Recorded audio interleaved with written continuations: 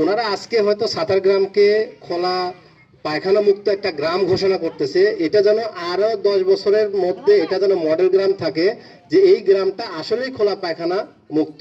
খোলা টয়লেট থাকলে আসলে কি অসুবিধা হবে এটা তো জানেন। আপনার বাচ্চা কাচ্চা থেকে শুরু করে পরিবারের যত সদস্য আছে সবারই একটা অসুস্থতা হওয়ার সুযোগ আছে, ডায়রিয়া, কলেরা বা এই যে পানিবাহিত যে রোগগুলো এগুলো হয়। আমি যদি শরীর আমার পরিষ্কার থাকে মানুষ আমার খান্ডাত বইব নানি, আর যদি গন্ধ থাকে বইব না মানুষ, কইব দূর দুর্গন্ধ, এটা বইতাম না, তার খান্ডারও যাইতাম না। এটা লাগে এখন এই সাবান দিছে যাতে প্র্যাকটিস হয় আপনাদের, ডেইলি সাবান দিয়া। হয়েছে আমাদের গ্রাম সম্পূর্ণ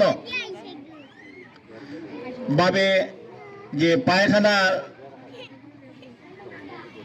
খোলা পায়খানা মুক্ত করার জন্য আমি আপনারা যারাই এখানে আছেন আমার মা বোন সহকে আমি বিনীত অনুরোধ করব।